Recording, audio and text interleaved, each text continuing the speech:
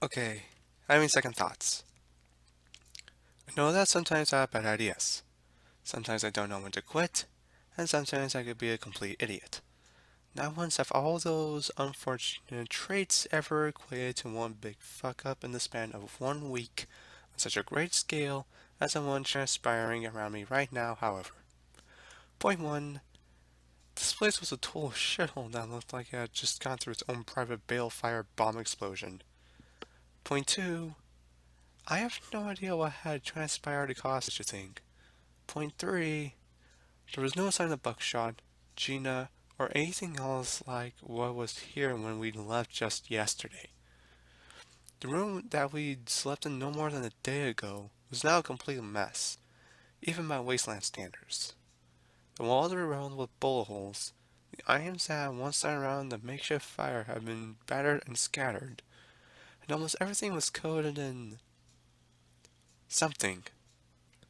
A light, sticky residue bearing crimson stains and slick green liquid covered the decrepit walls. There was no other signs of any life, not the dead geckos, nor any pony else. Oh, and it stunk like shit. I found out to gag as I stepped over a string of the sticky slime that coated the inner door frame. On the nose board to my left, even more of the stuff was smothered across tired posters, and I reached out with a hoof, filing some of the vicious, transparent goop. Cherry trotted in behind me, a forehead placed over her nose. "What do you suppose happened?" she asked. I was a complete idiot. I'd never seen anything like this in the wasteland. I had bad ideas. I'd come in here in the first place. I didn't know when to. I have no idea.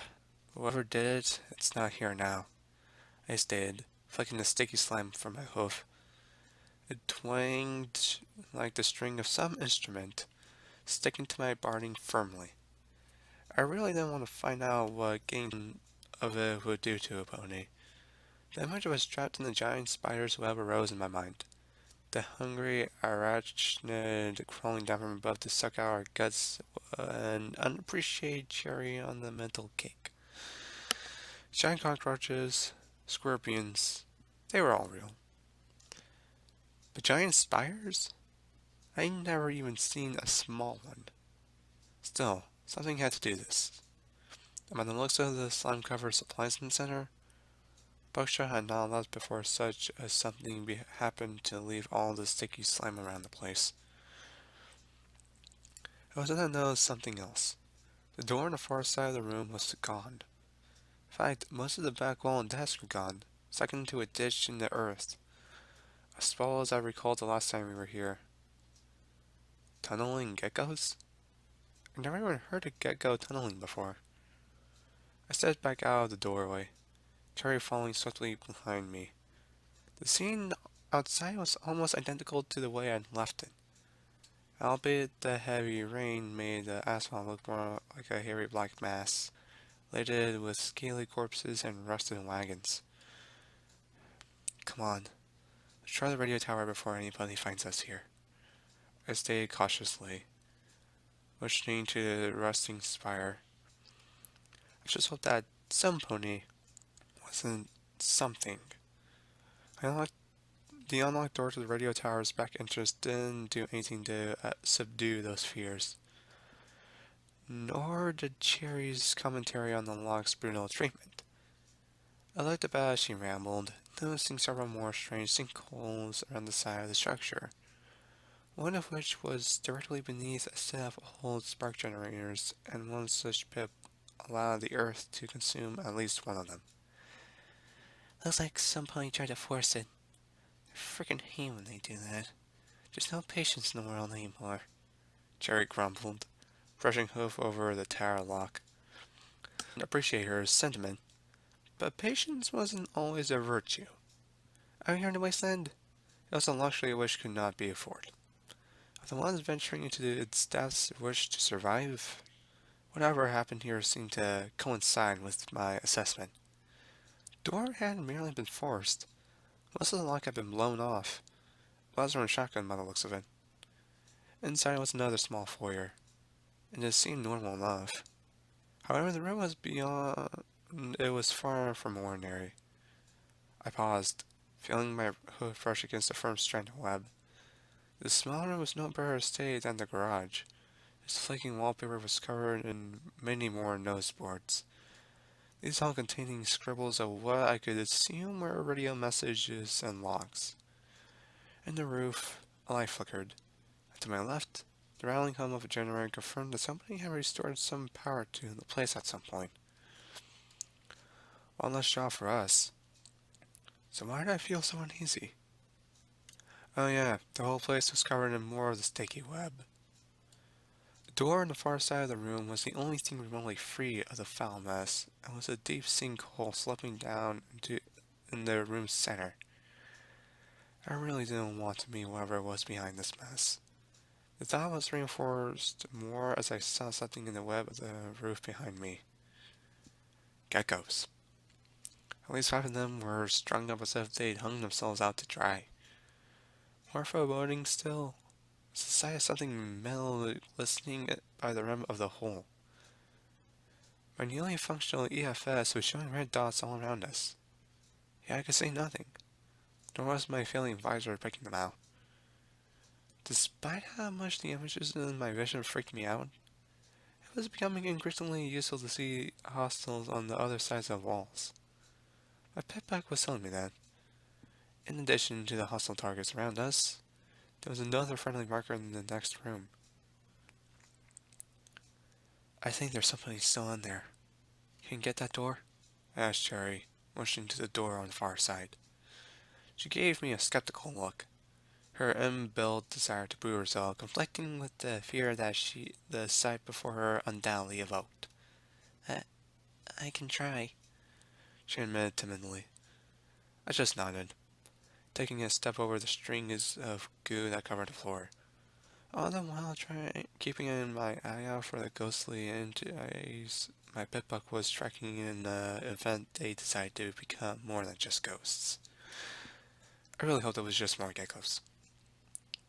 Get back from the edge, I cautioned Cherry as the pair of us worked our way around the thin edge. There were no arguments heard from Cherry, and a moment later we were at the locked door. My uneducated glance, as well as Cherry's frustrated groan, told me that somebody had tried to mess with this lock as well. I didn't really want to think about it, especially as my magic reached down the lightning mass trapped under the web at the edge of the bed. With a tremendous effort, I was able to pull it free. Then my eyes widened. I recognized the golden rifle. Hey, that's... Jerry's eyes became fixed as I levitated Buckshot's gold-trimmed rifle over. I recalled the way she looked at it on the dune. A frightened, timid mare, with a taste for fine weaponry. Just get the door open, I murmured nervously, slipping the rifle into her soundbox as some extra encouragement. Even now, I could tell its presence excited her. I could also tell my unnerved tone did shake her confidence, and without question, she set to work on the broken lock. Meanwhile, I took a cautious step forward. She entered the pit with especially coat and slime. Each was like a fine cord, all trailing back into the pit like the triggers on the trap. Directly before me, I saw something else singled amidst the web. A terminal. I paused, looking down curiously before tapping the keys with my magic. It wasn't locked, and was swiftly presented with a set of audio recordings. I looked about, then back at Cherry as she worked on the door. I needed another distraction. A moment later, I touched my pitbuck and began to let the things play. Rotor, where the hell are you? Those damn strange ponies are still following me. I came in through the back, and there's no pony here. Not you, nor any of the others. There's no pony. Even check your messages. I were there, unanswered. This is all because of that damn job, isn't it? I really need to get in touch with Lucky. I have no idea what's going on with her. Goddesses, Rose was never this much trouble even if she did move halfway across the country. Well, if you get this, then I'm leaving. There's no way I'm hanging around in the back building with all the damn bugs. I thought you got something about them. You know, I made it back to town. Those ponies followed me back, and I'll take the train to my sister's. Guy says you better be back to me the moment you get this, or there will be hell to pay. Only just wanting you to know you're okay. Well, I want all of us to be okay. But with all that's going on, like his job, Rose's engagement, I just worry about them all the time. They're some of my little faults.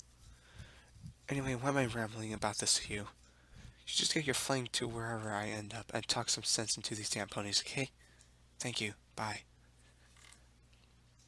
I swallowed hard as the recording of the familiar matter concluded. Lucky Star's mother, the mayor from the memory. I had to believe her daughter's was not what I'd just seen in the tank. And yet so many things were telling me that was the case. As for the ponies her mother mentioned, I was becoming increasingly unnerved by something I knew that had transpired almost 2 centuries ago. Something caught my attention.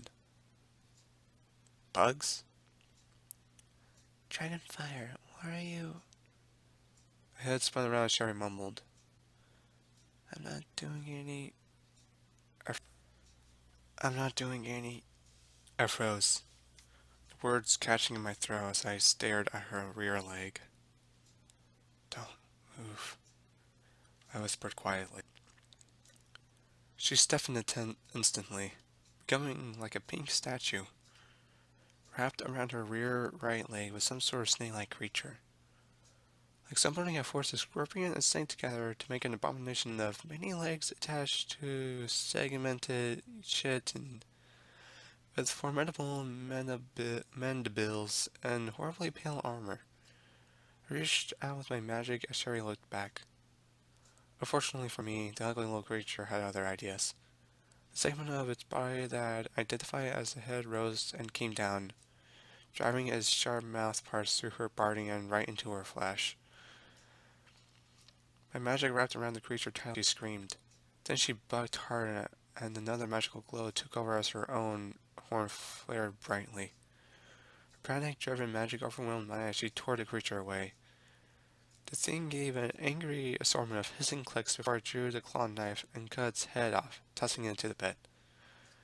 Cherry panted, looking back at the 2 distinct puncture marks in her hind leg. I only stepped in as the formerly silenced clicking returned. I began louder. The sounds of hundreds of segmented, chitinous legs scurrying towards our location broke the tomb-like silence.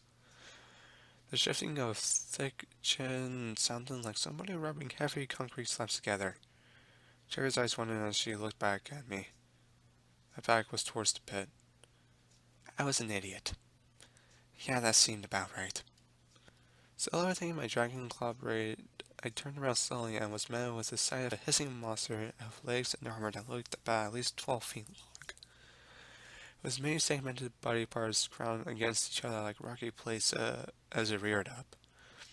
Mandibles far larger than a pony stretched along the length of the side of its head and slammed together with the force of a rock grinder, making a distinctly hollow crack as they crushed my dragon scale claw with ease. Damn, that was my favorite knife. I sulked internally as its many sharp and red eyes focused on me. Then the sight of its mouth. Its writhing mass of place and muscle made me swiftly forget about the knife. Rat roaches? Fool's play. Giant scorpions? Been there, done that. Giant spiders? Spiders were extinct. Giant centipedes? Well, this was the wasteland, and this bug was angry. Or hungry. It was angry because it was hungry. Either way, I had 2 options. Kill or be killed. I had no interest in becoming this bug bastard's next meal. The remaining lemon monster gave a furious hiss, followed by a raspy symphony of clicks as it swung forward with heavy jaws. I ducked, yet the side of its head still caught my crippled shoulder. And once as my injury was further exacerbated and I was tossed across the room, landing in the thick web. The creature looked at me with casual disinterest, before turning its attention to Cherry. Oh, so now that I'm stuck in your trap, you don't want me, huh? Well, fuck you too. Cherry coiled back against the door. retrieving the first weapon she could, Buckshot's golden rifle. 2 shots later, and it was evident that the adult centipedes were not so easily killed as their offsprings. The bullets pinched from its armored chin like pebbles against bricks. The creature gave another hiss, lunging for her with mandible open wide. God, damn me and my stupid ideas. I internally cursed as I struggled against the webbing holding me captive. Ironically, I felt a sudden remorse for having left those bugs stuck to the wall as the sticky strands pulled at my barding. With a firm tug of my aching hooves, not to mention my magic, I managed to tear myself free. The action was also enough to make my head spin as I stumbled forward and fired to the right side of the oversized arthropod with my style blaster. All it did to the top half of the creature's body was make it glow like red-hot metal. The underside was less defended, however. It gave a crackle and a growl, recoiling from Cherry and rearing up to face me. "That's right, smile!" I called, spinning 2 more bursts of magical energy into its soft underside as his mandibles opened wide. That at least seemed to piss it off. But unfortunately for me, it didn't care enough to stop trying to kill us. It bolted to the right and lunged down at me, its massive jaws slamming shut inside just inches from my tail as my hooves became caught in the thick webbing at the pit's edge. The creature didn't seem to encounter the same problem when it came to the sticky goo and it coiled back against the wall, barbed limbs crawling over the shimmering surface effortlessly. Whoever slung by crawled up from the pad as it drew back. I glanced down, seeing the clawed tip of its body in the gloom just below me. I drew one of my plasma rifles, laying into its rear with all the energy weapon's fury. The hideous beast gave a painful hiss as the flesh at its far end began to boil. "That's Robert in the ass, are you?" I growled as it snapped at me. The mandibles were like having a machine pressed only inches from my face as they slammed shut with a loud clack akin to the sound of a gunshot. I staggered back and right into the pit. "Dragonfire!"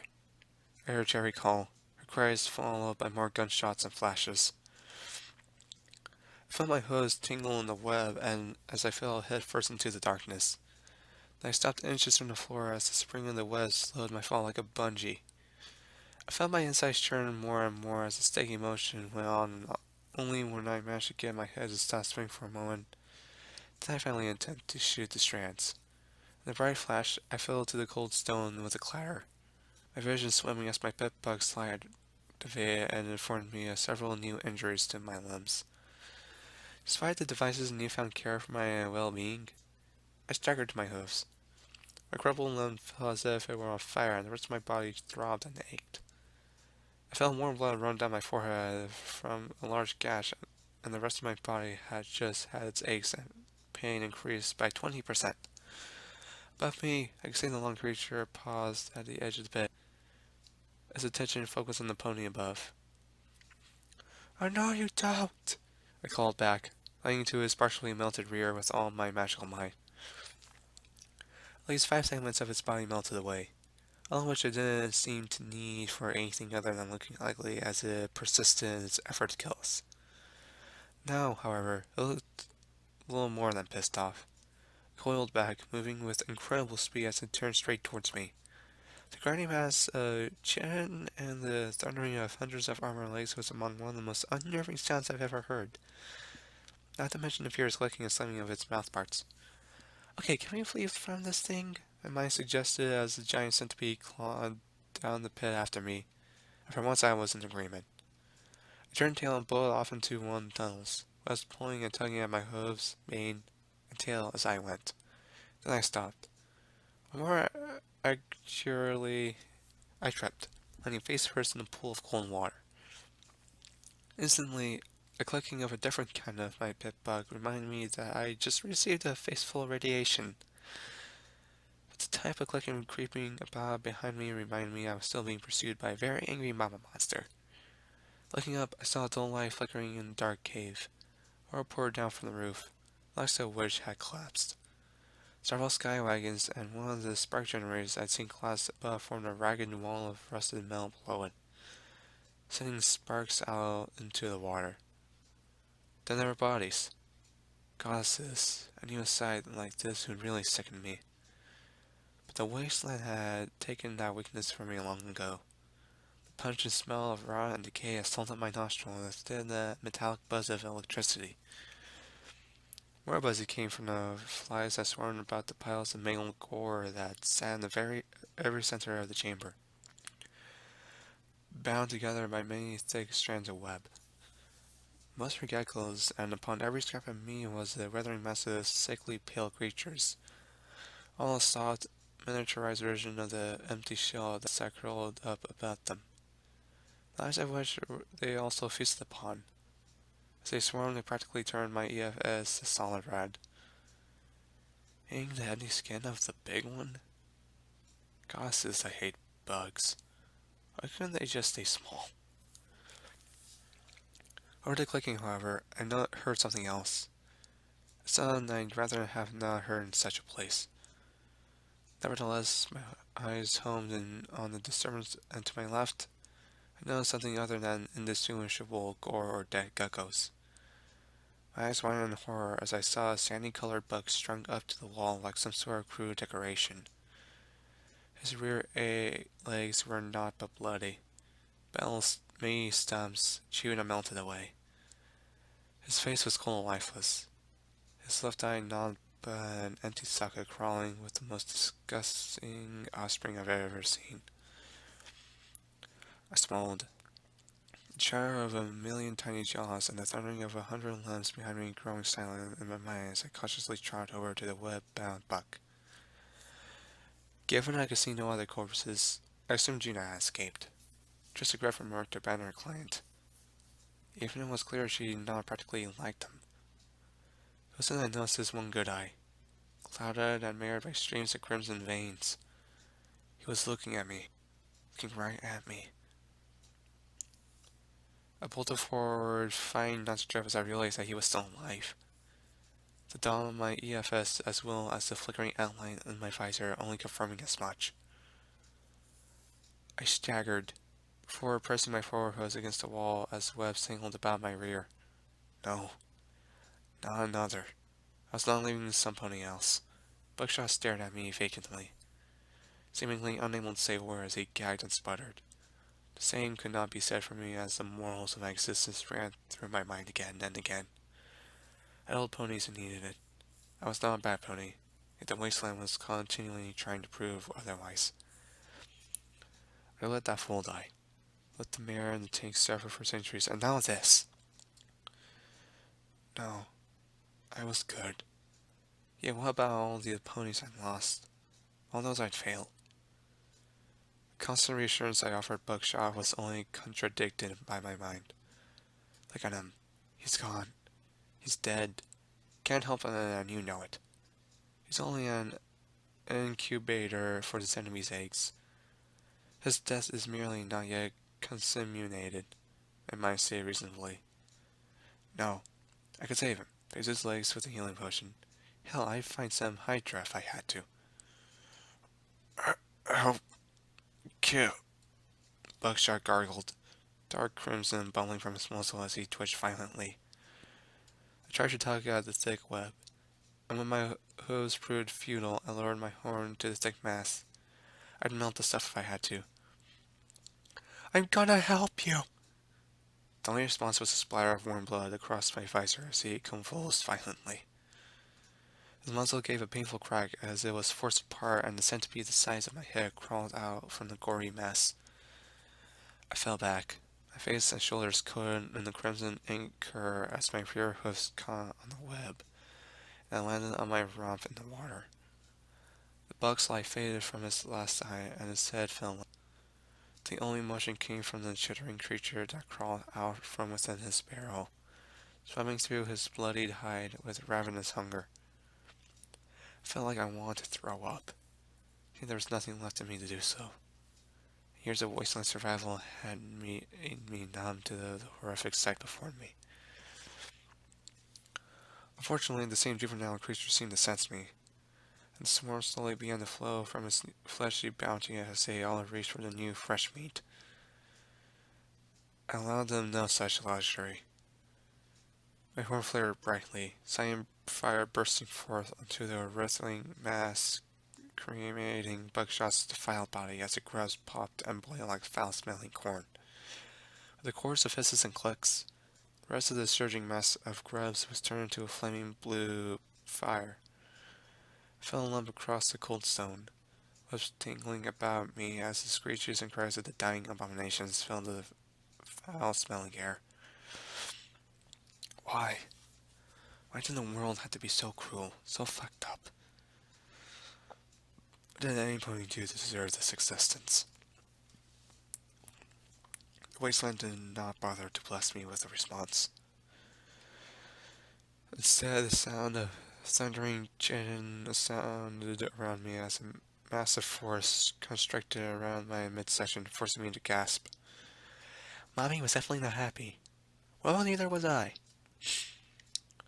The fearsome arthropod pulled me up, the dragon scales in my body managing to hold back his powerful mandibles just long enough for me to fire every weapon I had back into his vulnerable underside. The foul smell that filled the air was doubled as the mutated flesh sizzled, yet it was once again only enough to inconvenience the almost bulletproof monstrosity. I lurched forward, mandibles clenching around my waist before it tossed me across the room into the collapsed generator. I landed in the cold water with a splash, the flames around me turning to inky black serpents to a glowing pool of cyan light. From across the fire of his burning offspring, the mutated beast looked at me with all his sharp red eyes, the flaming reflecting from each one perfectly. I could feel pain and sadness. I may feel guilty, but this was a monster without question. I couldn't allow the wasteland to make the brooding creature anything other than that. My eyes only proved its monstrous nature as it reared up above the fire. Come get me, you fucker, I challenged, as the creature's sharp eyes burned mine with intense bestial ferocity. I lunged forward, flames wreathing its monstrous form as it dashed through the fire with mandibles wide open. My eyes narrowed as I bolted to the left, landing with a splash as its serrated mouth sank into the generator. I forced my head down. There was a hiss, pop, and a long sizzle as sparks went flying over my back. The smell of burning centipede filled the room with nauseating intensity. Then, with the exception of the crackling of flame and the trickling of water, Dawns fell silent.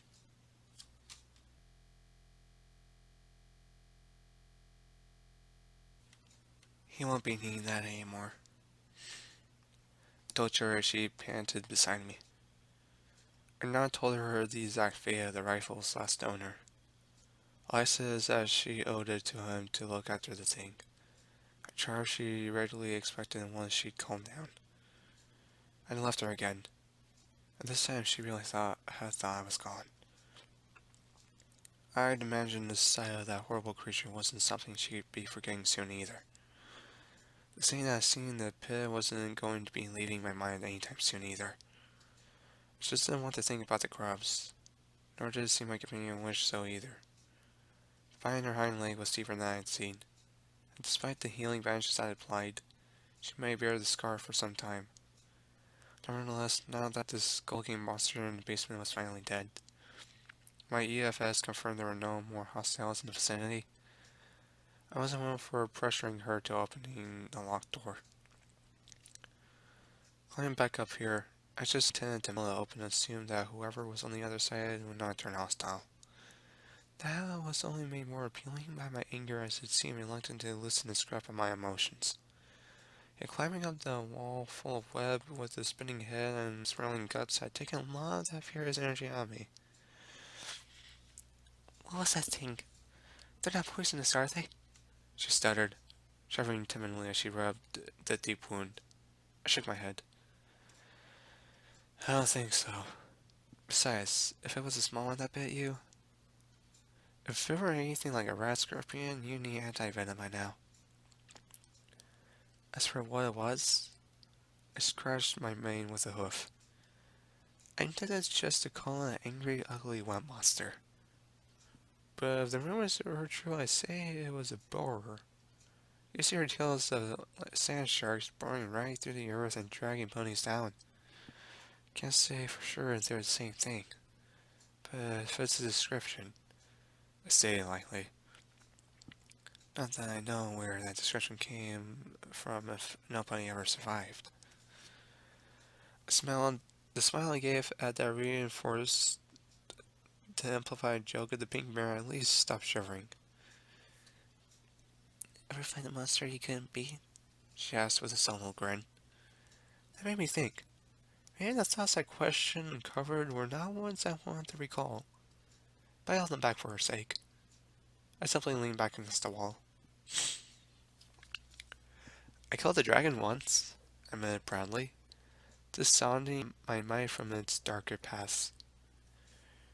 Her looks said it all, and I mentioned the scales barding over my rump, masking her flush. Okay, so I could be a little clever. It was all in the aim of making her feel more like a pony as opposed to simply a thing that followed me around. Besides, she was a pony that deserved a lot more than just me. If I ever came around to her finding some pony, that was regardless. Her smile was still right up there on the last of the nice things. What about the griffin? She asked, abruptly drawing the conversation away from her embarrassment. I didn't see her down there, I responded, then looked at the door, focusing more specifically on the friendly marker behind linking in my vision. But I know somebody is in there, I added, nodding to the door before tapping on my pet buck. She looked slightly confused and moved over, swapping the strands of web covering the door aside before knocking. There was nothing but faint sounds from the other side, and that, I melted the lock into good with one of my plasma rifles. Jerry looked only a little disappointed. He had not enough to glance. Both of us looked into the room. Darkness swarmed within. It was not defiled by the mutated creature's vile secretions. Instead, I found a vast counter of flickering broadcast equipment. Several stools and microphones sat opposite the door, and my attention was soon diverted elsewhere. I looked towards the marker to see an Aunt Griffin sat weakly in the corner of the room. Her cobbled armor was scratched and darkened by blood, as were most of her feathers. The light of my pet bug revealed that a large gash in her wing was the score, and that the light hit her as she raised a quivering talon to shield her weary eyes. Looks like you're in luck, I offered, holstering my weapon. Shuna shifted weakly before recognizing us. You, what the hell are you doing back here?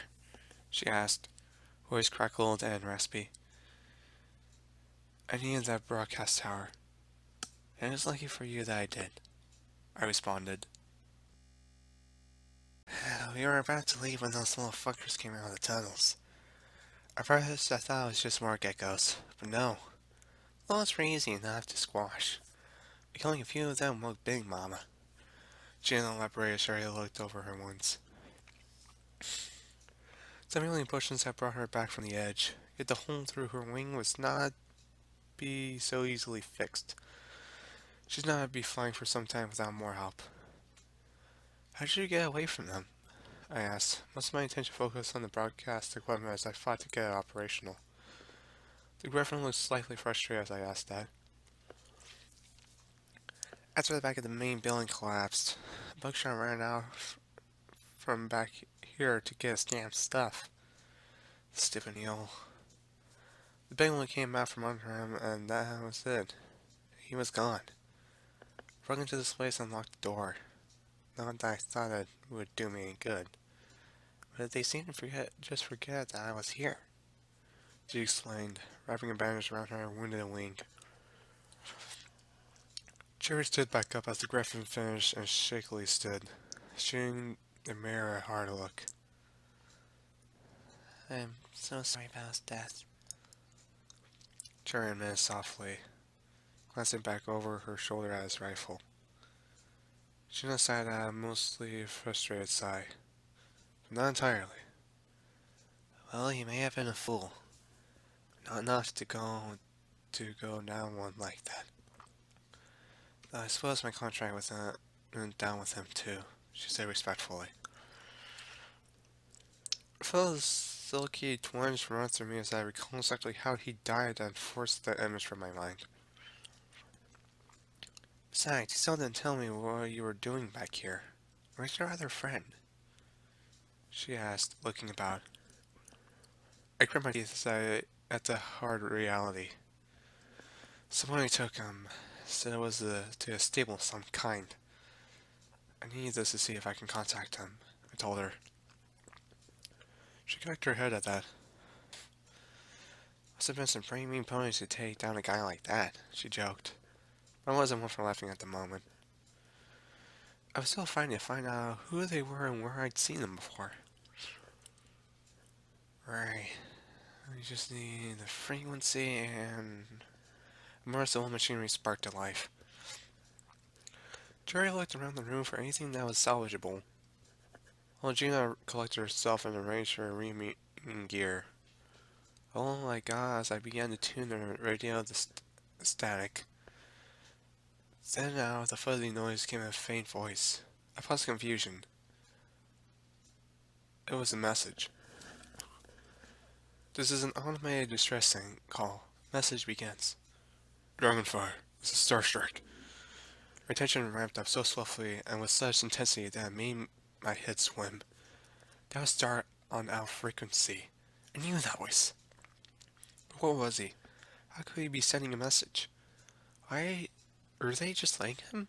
The questions raced through my mind like a torrent as I sat back on one of the stools, dumbstruck.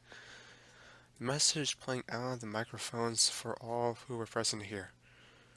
If you get out of that place, and you get this, you mustn't go back to church. These ponies are not like any others. They knew we were there. They know they can find you back in church. You have to run. Run and hide somewhere they will never find you. I'm sorry, Dragonfire. I can't tell you anymore. It's only a matter of time before they find this and destroy it. Just know that they will try and find you. You have to be ready. Make what preparations that you can. You really are the best mayor in the wasteland. And I just want to say, I'm sorry, Dragonfire. Message repeats. This is an automated distress call. Message begins. I almost fell back out off the stool as as the message played out again. What the fuck was going on here? They knew where we were from. Where still was this warning? Wait, why was I feeling so practical about this? What about all the sentiment shit? Oh wait, there I was. Then the reality smashed into my confusion like a train. Home? I couldn't go back home. I had to run and... Who the fuck were these ponies? Now was my anger starting to take the reins out of my mind as I swallowed the microphone away. But home. Cherry. Churn? Everything I had waiting for me. Everything. Had planned it all. I finally fell face first onto the table. 50,000. That's all it takes to tear down the pony's life. Then the recollection hit me. They knew we were there because they were there too. The memory Grail's office flashed in my mind. One pony other than the ugly mare standing out. That buck in the black barding. I dismissed him as just another of our bodyguards, but his gear was exactly like that of those ponies in the lab. Star marking and all. I cursed myself for not seeing it sooner, regardless of all the other things spinning in my mind. My outburst both Cherry and Gina jumped back in surprise. I didn't spare them a glance. My eyes became fixed on my pitbuck. It had not been the same since the labs. Now more than ever, I couldn't help but feel this had all been some pony's plan from the beginning. Equestria said I was important to whatever they were trying to accomplish. And he certainly wasn't the ponies that had been there with Griddle. Part of me wanted to march back to Churn and throttle the ugly mare. Yeah, Star was right. I'd be putting the whole town in danger. I let out a frustrated growl, slamming a hoof on the circuitry before me. I knew what I should do. What I should do. And what he'd do for me. I should do what he told me. Star would never lie to me about such a big thing. He would never betray me, and I knew the ruler on more of those ponies. To oversee her, to everything that happened in that stupid building. I wanted to find them and buck their fucking brains out. Plain and simple. I also knew what I need to do. Save Cherry from this wretched way of life. Take her home and let her live somewhere safe. But what about Star? How was Cherry in comparison to my lifelong companion? The pony who still saved me from the darkest part of my miserable existence. He was better. A better pony than me. Now both I and Star were doomed to die. Him as our host and me as those of the robotic little trickster. 50,000. What a waste. If I could, I'd find that client and tear them apart. Even so, I'd settle for Grail's head right now. And I knew what I was going to do. I stood up and freed my Sound Blaster. Wow, that was rough. Gina remarked, scratching the back of her head with a talon. Come on, we're leaving this dump. I stated tiredly. Cherry looked at me with concern. Leaving and go where? She asked, glancing back at the control console. I bowed my head slightly. Her eyes were filled with that firm determination of for what? I need to get you somewhere safe. I admitted somewhat shamefully. She glanced back at the crackling microphone speakers. Dragonfire. You said you shouldn't, and you just leave him? She asked timidly, and yet her words were bolstered by the stoic determination. The same motivation I was sure had driven her to try and save her friends from Mr. Red. That was not a question she had a right to ask. She was right to use a cautious tone, and yet I felt like nothing more than a weak little fool. Tired, sick, and afraid. Afraid for my life not as an eternity for a conscience, but as a tradition I'd seen through and through over and over again, every day since the moment I took my first breath. It wasn't about life in the wasteland. It was how it was lived. Cherry's tone, her eyes, her expression all screamed how a pony should live their life, even if it were mostly hiding behind the timid and frightened mare I knew. She owed Star nothing compared to what I owed him. I was a mare who owed him almost everything. And I was willing to just leave. I was leaving him for her sake, and yet, at her core, she was the type of pony that would save every pony if she could. She was the type of pony that I could never be. I frowned, sucking the hoof at a piece of web across the door frame. The sticky string twanged like a guitar string buzzing as it did so. I can't take you any farther out there. I don't even know where they've taken him. I explained, pointing a hoof at the console. She twitched. Her demeanor did not falter. She stood tall and regal. Goddesses, she was almost like a princess with that heroic determination. Never be a hero. My mind's mourned. But like Star's warning, I ignored what made sense. You told me that day that I could make a difference. Did you not think I couldn't figure out that you were just gonna keep me somewhere? Shelter me somewhere safe? That's not making a difference, Dragonfire. That's just waiting for your time to run out and be brains by a cold, unfeeling tomb. I know what it's like out there. I've seen it at night. I want to stay with you because you do make a difference. She nodded to the webbed nest behind me. You remind me of the pony I always wanted to be and with you. That doesn't seem like much of a fancy anymore. I almost found myself back at the bottom of the pit as she said that. Her firm expression fell into one of slight embarrassment as she scuffed a hoof at the dusty ground. I swallowed. I felt even more like a fool now. Wanda had just had a good session of verbal tongue lashing. She was right. She was a better pony than me. I couldn't afford to lose her, nor could the wasteland. You... I... I can't go on risking your life. She silenced me by trying over and placing a hoof on my shoulder. Raider victim... No. Oh, shut up, brain. I'm choosing to follow you. If I die, and well... She trailed off shivering. I could see beneath the strong confidence budding there. That there was a whole lot of doubt plaguing her budding courage. You won't die, I vowed, though whether it was to reassure myself or for her benefit, I still did not know as I levitated my saw blaster to my side. It won't make a difference, today or some other day. But we won't die, I added, looking at her with a smile. North Star. I owe him that much.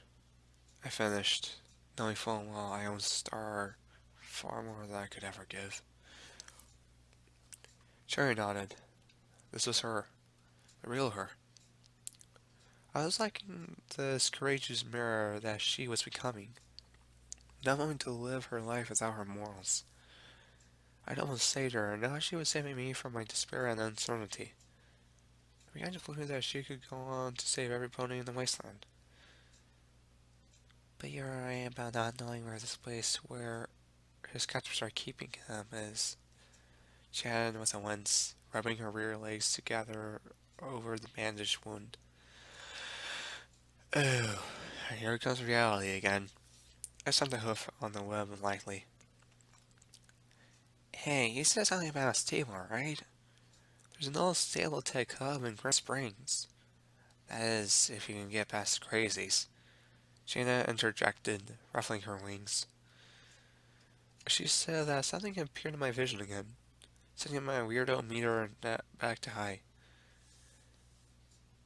The location added, Desert Springs, South Equestrian Stable Tech Hub, was marked on my map. I gave a half-satisfied smile, half-confused smile. What about you? Jerry asked and I looked back at the wounded griffin. Well, I sure as hell ain't flying out of here, she admitted with frustration. I looked at her with a cocky grin. Well, are you up for hire? I asked, from one mercenary to another. Who not? Level up. Newperk added, Exterminator level 2. When it comes to the wasteland's irritating vermin, you're definitely the absolute best pony for the job. Gain plus 20 damage against all creatures when they're below 20% maximum health. Companion added, Gina. Bitter rivals you may be, but even competition has its advantages. Gain plus 1 to strength and endurance whenever your companion is present.